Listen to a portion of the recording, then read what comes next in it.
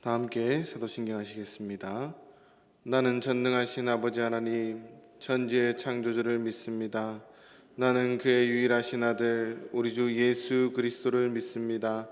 그는 성령으로 잉태되어 동정녀 마리에게서 나시고 본디오 빌라도에게 고난을 받아 십자가에 못 박혀 죽으시고 장사된 지 사흘 만에 죽은 자 가운데서 다시 살아나셨으며 하늘에 오르시어 전능하신 아버지 하나님 우편에 앉아 계시다가 거기로부터 살아있는 자와 죽은 자를 심판하러 오십니다. 나는 성령을 믿으며 거룩한 공교회와 성도의 교제와 죄를 용서받는 것과 몸의 부활과 영생을 믿습니다. 아멘. 우리 찬송가 183장입니다. 우리 통일 찬송가 172장입니다.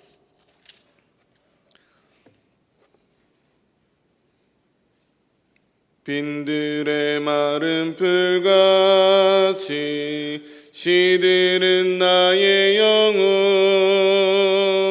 주님이 약속한 성령 간절히 기다리네.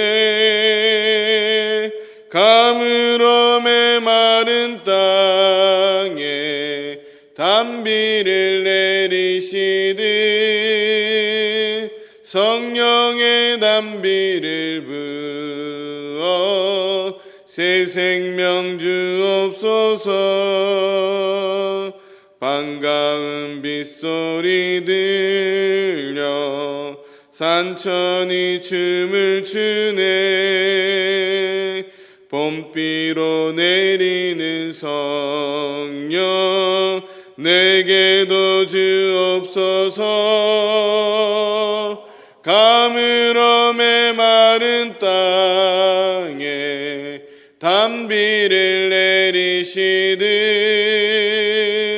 성령의 단비를 부어 새 생명 주옵소서. 절 따라 우러를 내려 초목이 무성하니 갈급한 내 심령 위에 성령을 부으소서. 가물어 메마른 땅에 단비를 내리시듯 성령의 단비를 부어 새 생명 주옵소서. 참되신 사랑의 언약 어길 수 있사오랴. 오늘의 흡족한 은혜 주실 줄 믿습니다. 가물어 메마른 땅에 단비를 내리시듯 성령의 단비를 부어 새 생명 주옵소서. 아멘.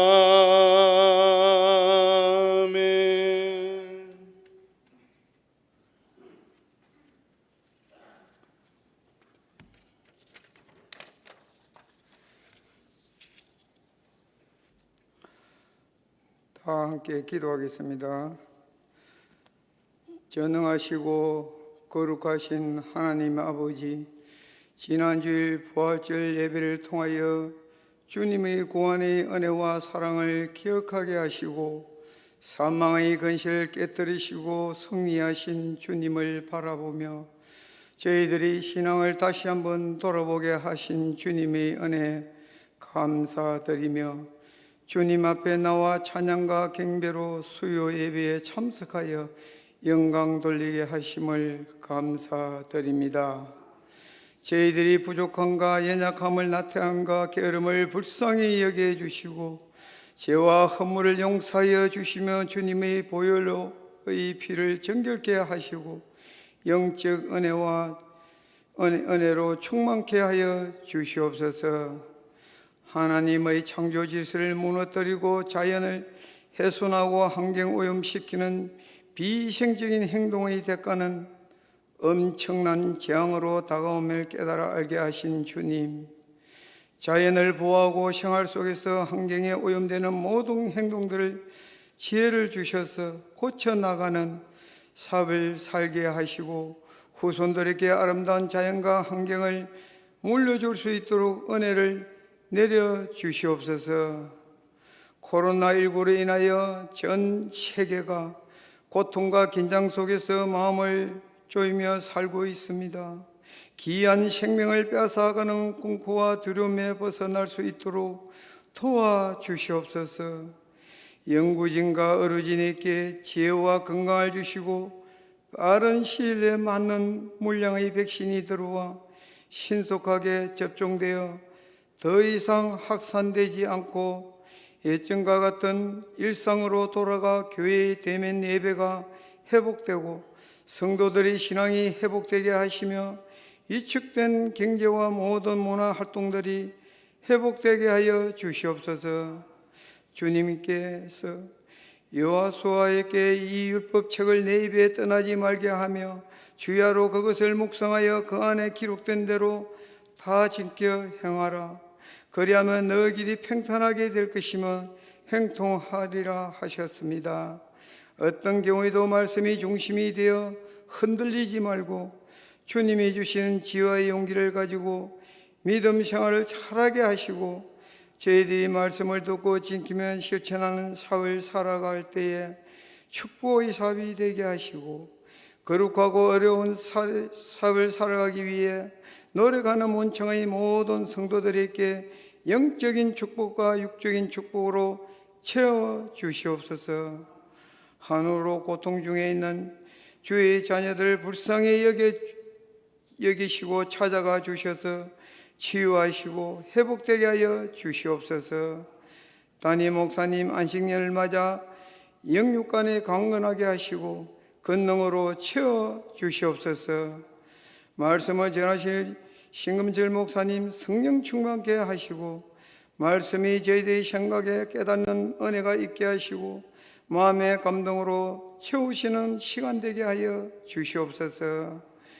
부목사님 두 분과 전도사님 세 분에게 같은 은혜로 채워주시고 저희들의 찬양을 받아주시고 살아계셔서 섭리하시고 역사하는 주님께 영광 돌리며 사망의 근시를 깨뜨리시고 부활하신 예수님 이름으로 기도합니다. 아멘.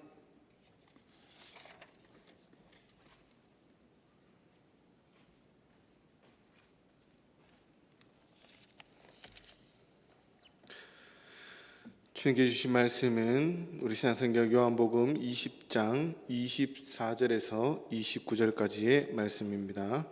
제가 가진 성경 신약성경 184면에 있습니다. 요한복음 20장 24절에서 29절까지의 말씀입니다. 한 절씩 교독하겠습니다. 12제자 중에 하나로서 디두모라 불리는 도마는 예수께서 오셨을 때 함께 있지 아니한지라.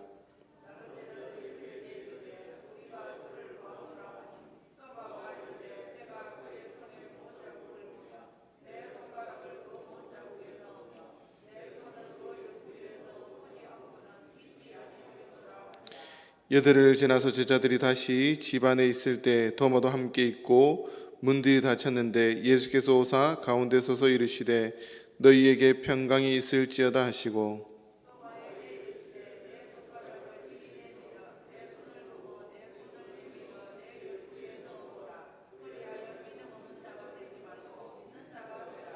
도마가 대답하여 이르되 나의 주님이시요 나의 하나님이시니이다.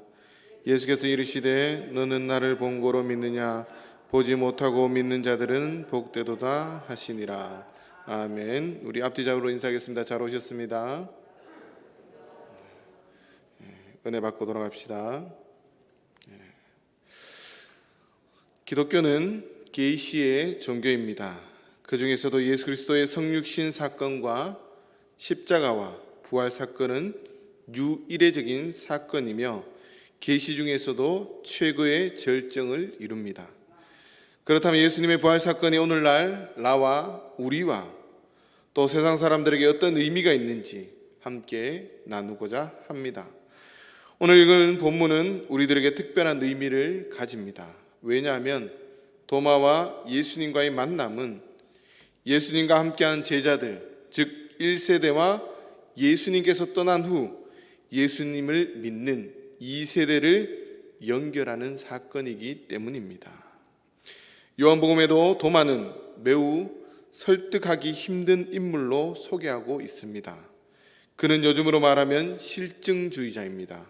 자신이 직접 경험하지 않고 보지 않고는 믿지 않는 자, 바로 그것이 도마입니다. 이 점에서 도마는 예수님 이후 그분을 믿고자 하는 사람들을 상징하는 대표적인 인물로 볼 수 있습니다. 도마는 동료 제자들이 부활한 예수님을 보았다는 증언을 듣고도 믿을 수 없다고 말합니다. 자기가 직접 예수님의 상처를 만져보지 않고는 부활했다는 사실을 믿을 수 없다고 그는 말합니다. 예수님을 만나지 못한 신자들은 이렇게 말합니다. 내가 직접 예수님의 음성을 듣지 않고는, 보지 않고는 믿지 않겠다라는 거죠. 세상 사람들도 마찬가지입니다. 그들에게 예수님에 대하여 증거하면 그들은 이야기합니다. 예수님이 신이라면 나에게 보여봐라. 내가 보여주면 내가 믿겠다라는 거죠. 그래서 내가 만날 수 있도록 소개시켜 달라는 겁니다. 그런데 더 심각한 것은 현대를 살아가는 사람들입니다. 우리들을 포함해서 청년들, 대학생들, 청소년들, 그리고 아동에 이르기까지 그들이 더 심각한 문제에 있다라는 거죠. 왜냐하면 그들은 과학이라는 시대 정신의 지배하에 살아갑니다. 저희 또한 그렇고요. 그것은 바로 이성을 의미합니다. 이성을 앞세워서 원인과 결과라는 스펙트럼을 통해서 모든 것을 결정하고 보려고 믿고 한다라는 겁니다. 예수님의 부활 사건은 그들의 이성으로 볼 때 도저히 믿을 수 없는 사건입니다. 원인과 결과. 사람은 죽으면 끝나는 거지. 과학적으로 보면 끝나는 거지. 다시 살아난다는 건 있을 수 없는 일이죠. 기적이라고 얘기합니다. 우리는. 과학은 진술과 결과가 일치될 때만 참이 되는 구조입니다. 그러나 시는 그렇지 않다라는 거죠. 시적인 표현은 그렇지 않지 않습니까? 사랑은 눈물의 씨앗이다. 이렇게 표현하는 것처럼. 과학은 원인과 결과가 확실히 있습니다. 1+1은 2여야 됩니다. 3이면 안 된다라는 거죠. 모든 사람들은, 세상 사람들은 그렇습니다. 1과 2는 1 플러스 1은 2다라는 것을 가지고 세상을 바라본다라는 거죠. 그러나 시적인 표현은 그렇지 않다라는 것을 우리들에게 의미해 줍니다. 세상을 시적인 요소로 보면 다르지 않습니까? 눈에 호수가 있다. 이런 표현이 있죠. 내 마음의 바다. 그것을 과학적인 사고로 보면 도저히 이해할 수가 없습니다. 그럼에도 불구하고 많은 사람들은 시적인 요소에 대해서 반박하지 않는다라는 거죠. 왜? 그렇게 해야 된다는 것을 알기 때문입니다. 시적인 구조는 일치하지 않을 때 오히려 그 뜻이 잘 드러난다라는 거죠. 이는 곧 과학적인 한계가, 우리가 보고 있는 그 원인과 결과가 한계가 있다는 것을 우리들에게 말해줍니다. 우리는 성경이 말하는 세계관으로 접근해야 된다는 거죠. 그것이 바로 믿음이라는 겁니다. 성경은 과학적인 시적인 표현이 아니라 믿음이라는 관점으로 이것을 봐야 된다는 겁니다. 성경은 과학적인 역사적인 관점으로 보는 것이 아니라 믿음의 관점으로 바라볼 때 그것이 해석되어진다는 거죠. 믿음으로 바라볼 때 하나님께서 말씀하십니다. 성경은 믿음으로 봐야 합니다. 그러면 믿음이란 하나님의 약속을 믿는 것입니다. 믿음.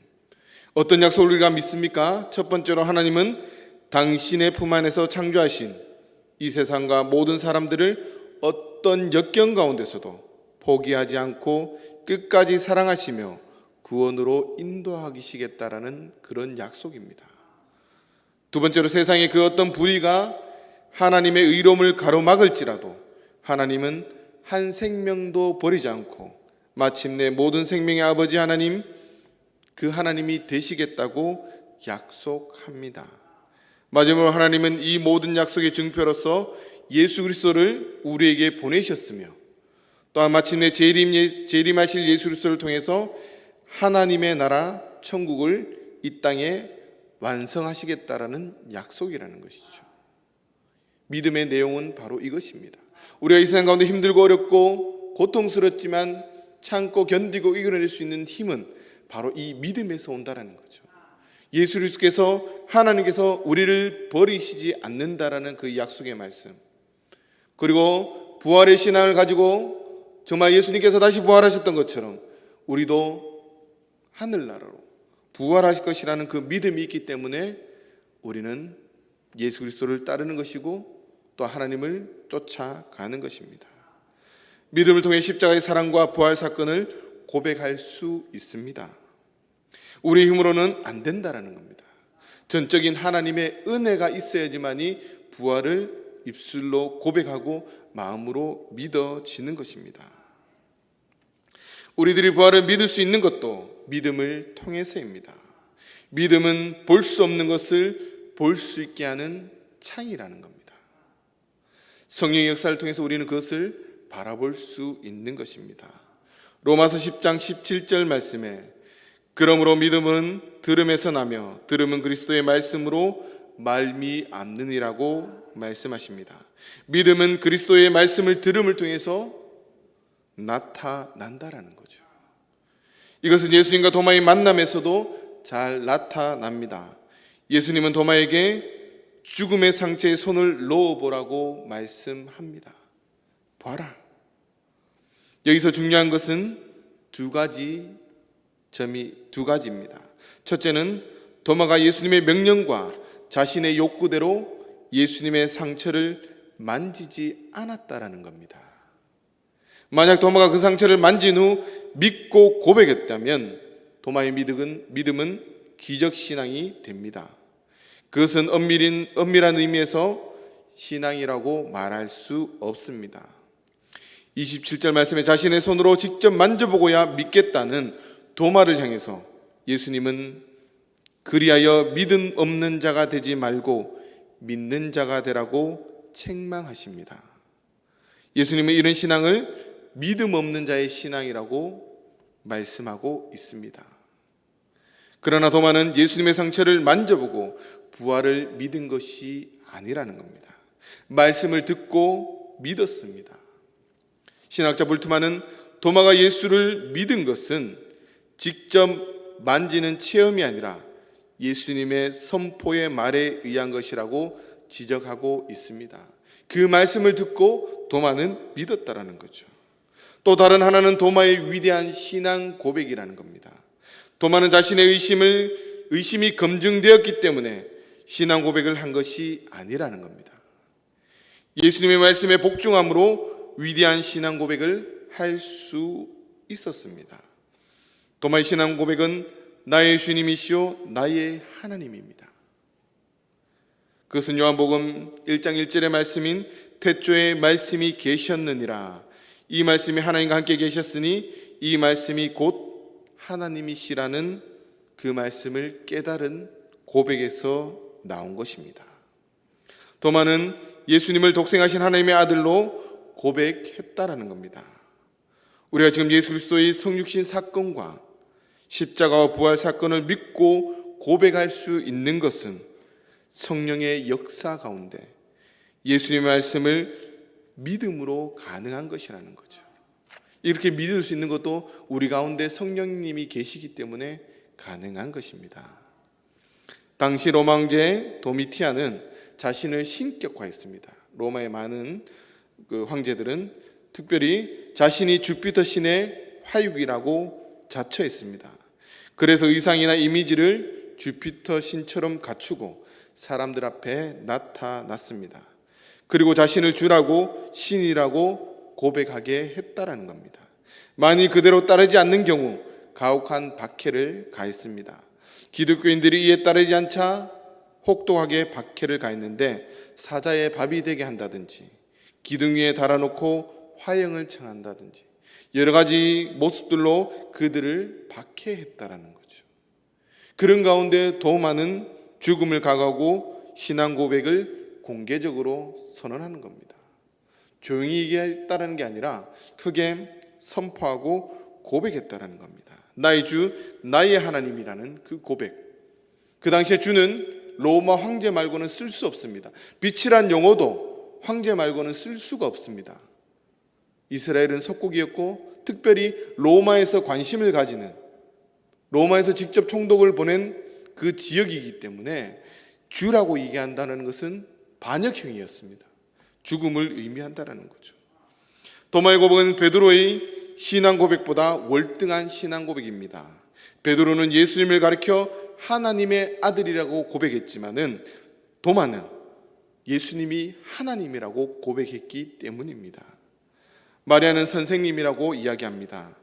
예수님께서는 내 아버지 곧 너희 아버지, 내 하나님 곧 너희 하나님이라고 말씀합니다. 그래도 도마에는 그 누구도 이렇게 고백한 사람이 없다라는 거죠. 나의 주님이시오, 나의 하나님. 누구에게 합니까? 예수 그리스도를 그렇게 고백하는 겁니다. 도마의 고백 앞에 예수님께서 또 말씀하십니다. 너는 나를 본고로 믿느냐? 보지 못하고 믿는 자들은 복되도다.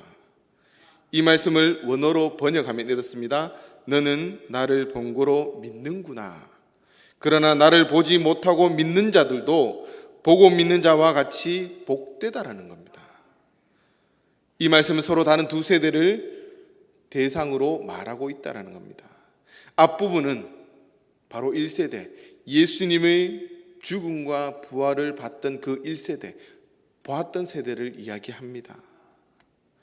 그들의 신앙의 방법은 보는 것과 믿는 것의 상관관계에 있다라는 거죠. 여기서 보다는 것은 인간의 모든 감각을 이야기하는 겁니다. 바로 보고 듣고 안다라는 것을 모두 포함한다라는 거죠. 경험적으로 아는 것. 주님과 함께 있기 때문에 예수님이 어떤 모습인가를 직접 보았다라는 거죠. 그러나 예수님 이후에 예수 그리스도를 믿는 제2세대들의 신앙의 방법은 다르다라는 거죠. 이들은 더 이상 예수님을 직접 만날 수 없다라는 겁니다. 만날 수 없다라는 거죠. 이들은 더 이상 예수님과 만날 수 없기 때문에 이들은 보지 못하고 믿는 자들이라는 거죠. 보지 않고 믿는 것. 예수님의 부활과 십자가의 고난을 직접 목격하지는 못했다라는 겁니다. 그렇게 이 세대들의 신앙은, 방법은 보지 않고 믿는 것입니다. 이것은 도마의 방법인 말씀으로 만나는 것과는 또 다른 방법이 필요하다는 거죠.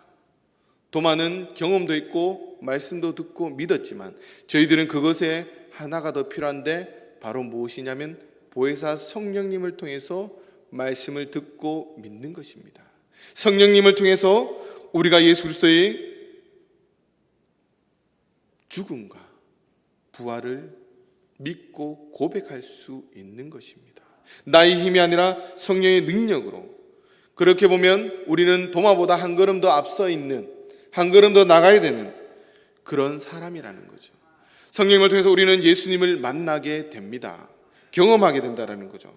그 보혜사는 사도나 선생님이나 교육자나 역사 속에서 구현되고 나타나고 있다는 거죠. 지금 여기서 예수님을 증언해주고 있는 것입니다. 성경도 여기에 포함됩니다. 누가복음 17장에 부자와 나사로의 이야기가 나옵니다. 부자가 아브라함에게 부탁합니다. 부자가 부탁하죠. 그렇다면 제발 부탁입니다. 나사로를 저희 집으로 보내주십시오. 제게는 5명의 형제가 있으니 그들이 이 고통스러운 곳으로 오지 않도록 나사로가 가서 경고하게 해주십시오. 아브라함이 대답합니다. 그들에게는 모세와 예언자들이 있으니 그들의 말을 들으면 될 것이다. 여기에 대해서 부자가 다시 반문합니다. 아닙니다. 조상 아브라함이여, 누군가 죽었던 사람이 가야만 그들이 회개할 것입니다. 이성적으로 보면 당연한 거죠.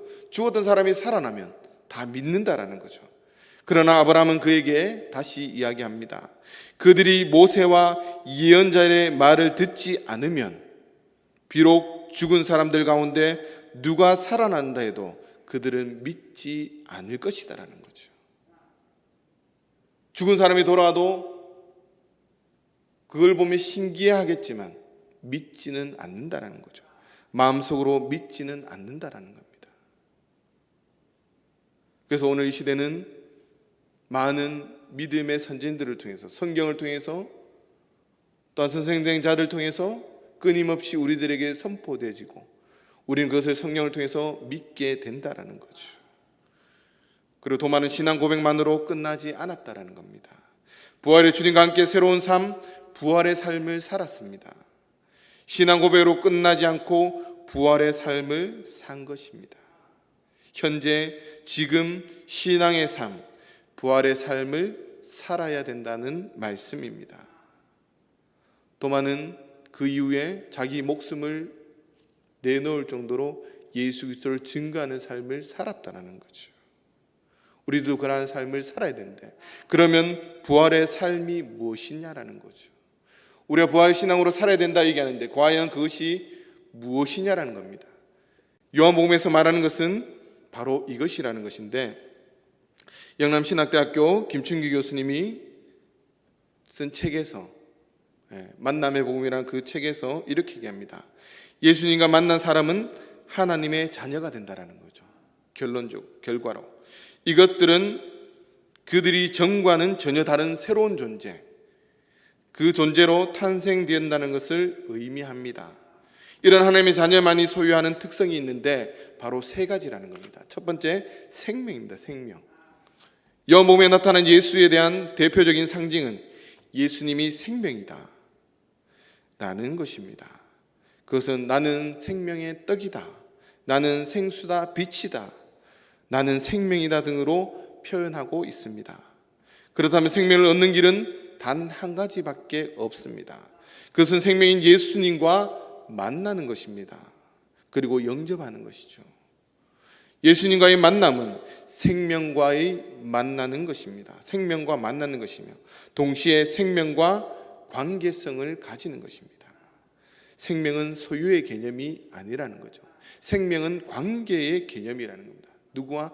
하나님과 함께 할 때 생명이 우리 가운데 주어진다는 거죠. 내가 소유할 수 있는 것이 아니라 하나님께 있기 때문에 그분과 함께 할 때만이 그 생명이 우리들에게 있다는 겁니다. 이것은 누구와 관계를 맺느냐, 그것에 따라서 생명이냐 죽음이냐가 결정된다는 거죠.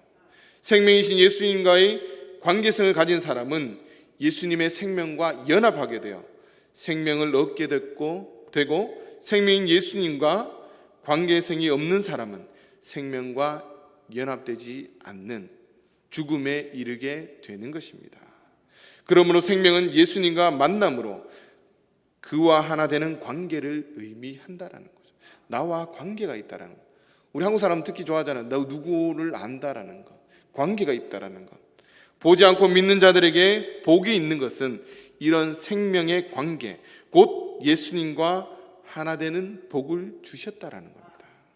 그리고 두 번째는 사랑이라는 겁니다. 사랑. 예수님과 하나 되는 관계성을 얻은 생명은 눈에 보이지 않는 현상입니다. 우리가 볼 수 없다라는 거죠. 우리가 알 수 있습니까? 알 수 없습니다. 이 점에서 종종 생명을 추상적인 개념으로 생각하게 됩니다. 그러나 요한은 이러한 생명이 사랑을 통해서 가시적으로 나타나게 된다고 말하고 있습니다. 예수님은 참 포도나무 비유에서 가지가 포도나무에 연결되어 있는 증거가 바로 열매가 있다라고 말합니다. 열매를 보고 자기가 포도나무에 붙어 있는지 그것을 알 수 있기 때문입니다. 이와 같이 생명인 예수님과 하나 되는 관계성을 지닌 사람은 외적 증거가 그들의 삶에 나타나게 된다라는 거죠. 뭘로? 사랑으로. 바로 그것이 사랑이라는 거예요. 그 사랑은 추상적이지 않고 아주 구체적이라는 겁니다. 요한복음 15장의 말씀처럼 그것은 예수님께서 말씀하신 사랑의 계명을 지키는 것입니다. 생명이 하나님의 자녀의 내적 현상이라면 사랑은 외적 현상입니다. 결국 생명과 사랑은 동전의 양면과 같다라는 겁니다. 생명 없는 사랑, 즉 예수님과 관계성이 없는 사랑은 인간의 욕구에 나타난 사랑이며, 사랑 없는 생명은 예수님과 아무런 관계성이 없는 육체적 생명에 불과하다는 거죠. 바로 사랑으로 드러나게 된다는 거죠. 뭔가 나누고 싶고 함께하고 싶고 돌보고 싶고, 예수님이 부자보다는 가난하고 억눌리고 힘든 자들에게 찾아갔던 것처럼 우리들도 마찬가지입니다. 잘하는 사람한테 찾아가는 것이 아니라 연약하고 힘들고 신앙적으로 어렵고 고통스럽고 소외된 자들을 찾아가서 그 사랑을 나눠야 된다는 겁니다. 겉에서 잘 살고 부유한 사람을 버려두라는 의미는 아닙니다. 더 많은 관심을 쏟아라는 거죠. 표현하라는 겁니다. 여러분은 사랑을 표현하고 있습니까? 그리고 마지막으로 하나됨을 이야기합니다. 하나되는 것. 생명과 사랑을 통해서 하나님께서 이루고자 하시는 것은 하나됨이라는 거죠. 아버지와 아들이 하나인 것 같이 하나님과 예수님, 제자들, 믿는 자들의 하나됨을 강구하고 있다는 거죠. 이 하나됨은 믿는 자들 안에서만 이루어지는 것이 아니라는 거죠. 예수님은 마지막 기도에서도 세상도 이 하나됨에 포함될 수 있도록 제자들을 세상에 보내시는 겁니다. 교회 안에서 우리들만 그 생명을 누리고 하나 되는 것이 아니라 그 하나 된 우리들이 이제는 세상 가운데 나가는 겁니다. 하나님께서 우리를 세상 가운데 보내는 거죠. 부활의 신앙으로, 생명의 신앙으로, 사랑으로 보내는 겁니다.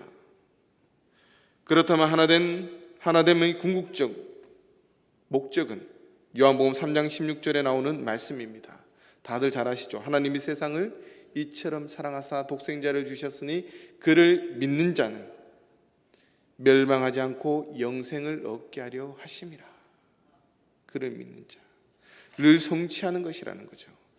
생명인 예수님께서 이 세상에 오신 것은 하나님의 사랑 때문인데, 그 목적은 하나님, 예수님, 제자들, 믿는 자들, 세상이 하나됨으로 생명을 얻는 것. 이 점에서 요한은 생명의 표현인 사랑의 극치가 하나됨으로 나타난다고 보고 있습니다. 사랑도 여러 가지가 있을 수 있습니다.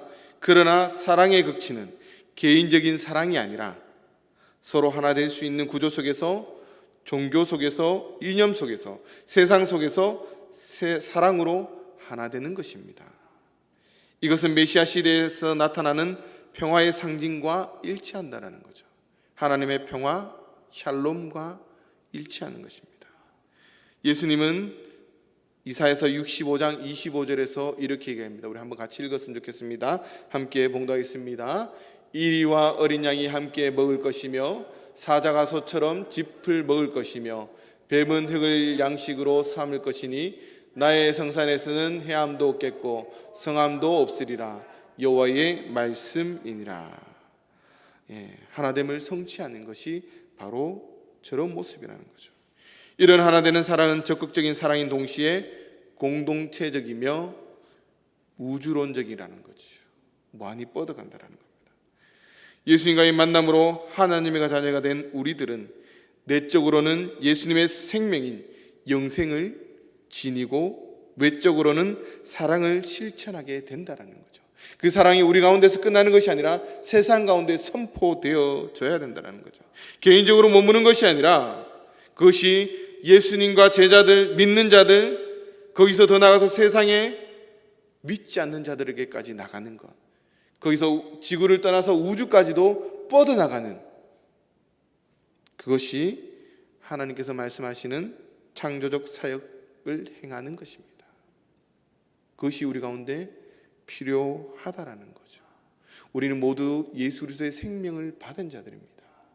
어떻게 보면 우리가 고백했던 것처럼 사랑에 빚진 자, 예수 그리스도의 사랑에 빚진 자가 바로 저희들이라는 거죠.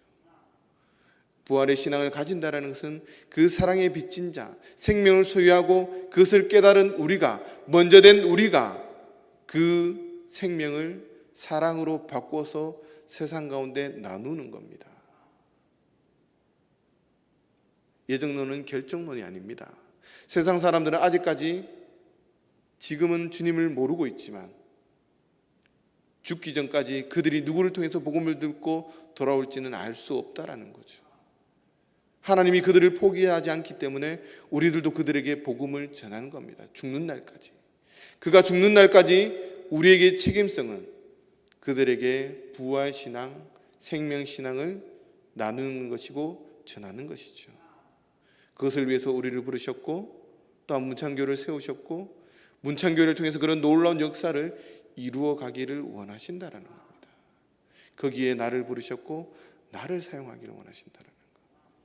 나를 통해서 정말 우리 교회가 변화되고 우리 교서가 변화되고 그 변화된 많은 성도들이 세상 가운데 마산 창원 땅에 흩어져서 이 지역을 변화시키고 또 그들이 더 나가서 우리나라와 세계를 변화시키는 그런 놀라운 역사가, 그런 부활의 신앙이 우리 가운데 넘쳐나기를, 그리고 무엇보다 하나님의 사랑을 가지고 세상을 섬길 수 있는 하나님의 사람으로 살기를 간절히 소망합니다. 기도하겠습니다. 주님 감사합니다. 죽을 수밖에 없었던 저희를 십자가의 사랑으로 또한 부활로 저희들에게 새 생명을 주심을 깨달았습니다. 죽을 수밖에 없는 존재였지만은 하나님의 그 크신 사랑으로 주님과 만남을 통해서 우리 가운데 새 생명이 있음을 믿음으로 고백합니다. 그 생명을 가진 자로서, 생명을 빚진 자로서 이제는 그 사랑을 주님의 명령을 따라서 우리 이웃에게 함께 나누기를 원합니다. 먼저 나에게 가까이 있는 이웃에게 그 사랑을 나누고 더 나아가서 교회 밖으로 믿지 않는 많은 사람들에게 예수 그리스도의 사랑을 선포함을 통해서 하나를 이루어갈 수 있는 그런 하나님의 사람으로 살기를 원합니다. 우리의 힘으로 할 수 없사오니 성령께서 우리 가운데 함께 하셔서 우리를 통해서, 우리 교회를 통해서, 나를 통해서 하나님의 놀라운 역사가 하나님의 나라를 이루어갈 수 있는 귀한 하나님의 사람들로 세워주시옵소서. 감사드리며 예수님 이름으로 기도드립니다. 아멘. 우리 찬송가 545장 찬양했습니다. 우리 통일찬송가 344장입니다. 이는 아무 증거 아니 배여도 믿음만을 가지고서 늘 걸으며 이 귀에 아무 소리 아니 들려도 하나님의 약속 위에 서리라. 걸어가세 믿음 위에 서서 나가세 의심 버리고 걸어가세 믿음 위에 서서 가기에 아무 증거 없어도 이는 이 보기에는 어떠하든지 이미 얻은 증거대로 늘 믿으며 이 맘에 의심 없이 살아갈 때에 우리 소원 주 안에서 이루리. 걸어가세 믿음 위에 서서 나가세 의심 버리고 걸어가세 믿음 위에 서서 눈 가기에 아무 증거 없어도 주님의 거룩함을 두고 맹세하. 주 하나님 아버지는 참 미쁘다. 그 귀한 모든 약속 믿는 자에게 능치 못할 무슨 일이 있을까.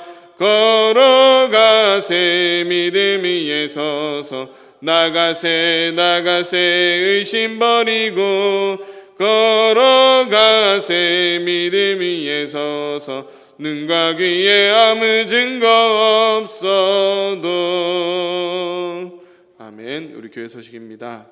우리 시에서 우리 교회 출입식 방명록에 이름을 꼭 기록해달라고 그렇게 요청이 들어왔습니다.